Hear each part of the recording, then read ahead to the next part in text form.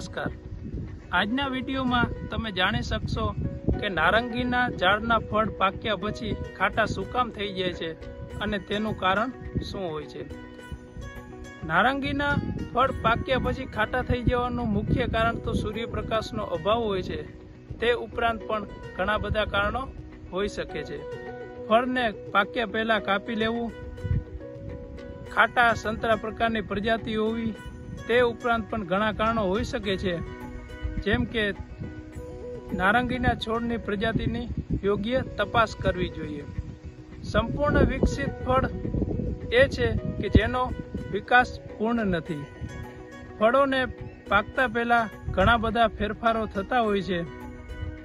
સ્ટાર્કનું ખાંડમાં રૂપાંતરિત થવું, જેને એસિડનું પ્રમાણ ઘટે છે અને ફળો નરમ પડી જાય છે। આ માટે આપણે ઘણી બધી વખત રાહ જોવી જોઈએ અને આગામી પાક માટે બગીચામાં યોગ્ય ડ્રેનેજ છે તેની કાળજી લેવી જોઈએ અને છોડને પૂરતા પ્રમાણમાં પોષક તત્વોનું શોષણ થાય છે તેની પણ કાળજી લેવી જોઈએ।